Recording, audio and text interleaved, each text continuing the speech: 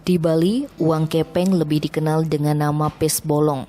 Uang kepeng mulai masuk ke Bali pada abad ke-14 ketika masa pemerintahan Kerajaan Majapahit. Pada zaman itu, uang kepeng digunakan sebagai alat pembayaran yang sah. Hingga saat kemerdekaan Republik Indonesia, uang kepeng berangsur-angsur beralih fungsi. Benda ini tidak lagi digunakan sebagai alat pembayaran, melainkan menjadi sarana ritual upacara dalam agama Hindu.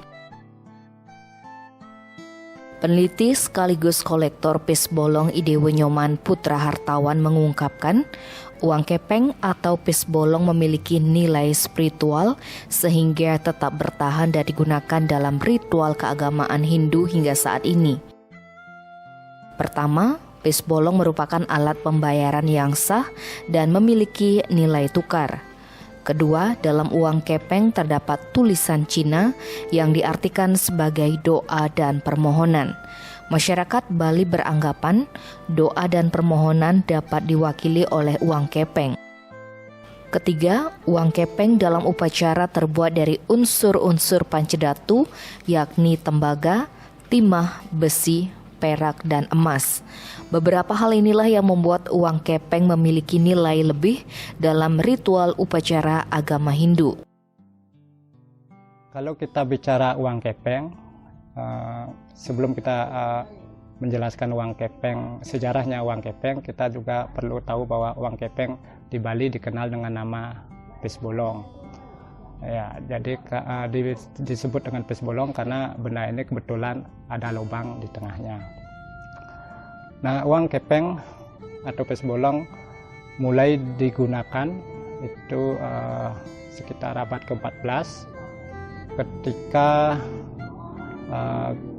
kita atau Bali ada di bawah Kerajaan Majapahit. Sekitar abad ke-14 kita sudah menggunakan uang kepeng sebagai alat pembayaran yang sah. Kemudian sampai Indonesia merdeka, Bali juga masih tetap menggunakan uang kepeng sebagai alat pembayaran yang sah. Dan setelah itu kemudian berangsur-angsur berubah fungsinya menjadi sarana upacara sampai saat ini. Kemudian pada saat ini uang kepeng yang kita lihat sebagai sarana upacara itu sebetulnya karena ada masyarakat kita yang melihat kelebihannya dari uang kepeng. Kenapa dia bertahan sampai sekarang ini? Karena banyak kelebihan yang dimiliki uang kepeng. Pertama, bahwa benda ini adalah uang.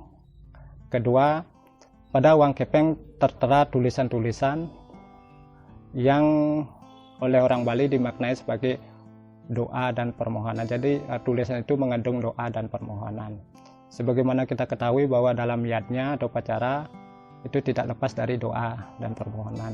Dan bagi masyarakat Bali meyakini bahwa apa yang didoakan, apa yang dimohonkan bisa diwakili oleh uang kepeng.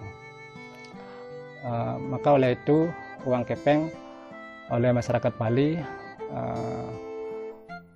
masih digunakan sampai saat ini, mungkin berlangsung sampai seterusnya ya. Jadi karena uang kepeng di samping dia punya makna dari tulisannya, dia juga dianggap mengandung pancedatu, 5 unsur logam. Itu yang menjadikan uang kepeng punya nilai lebih dari uang-uang lainnya. Lebih lanjut, akademisi UNUD ini juga mengatakan keberadaan uang kepeng saat ini mulai langka. Bahkan dalam ritual upacara keagamaan, fungsi uang kepeng sudah digantikan oleh uang rupiah dan uang kepeng tiruan. Pihaknya menyarankan dalam pelaksanaan upacara keagamaan agar tetap mengutamakan penggunaan uang kepeng asli untuk yadnya yang lebih bermakna. Namun keberadaannya yang mulai langka, uang kepeng bisa digantikan dengan uang rupiah dibandingkan dengan uang kepeng tiruan. Dia menambahkan, uang kepeng tiruan tidak pernah menjadi alat pembayaran yang sah dan dari segi bahan juga tidak mengandung unsur pancedatu.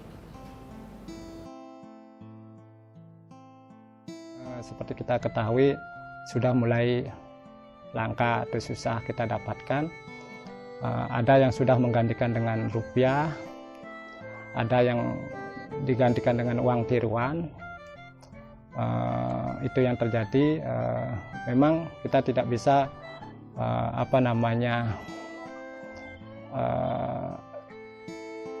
mencari terus, karena benda ini kan mulai langka, jadi susah dicari. Pada saat kita memerlukan, kita tidak dapat, ya solusinya mungkin ada yang menggunakan uang tiruan, ada juga yang menggunakan uang rupiah.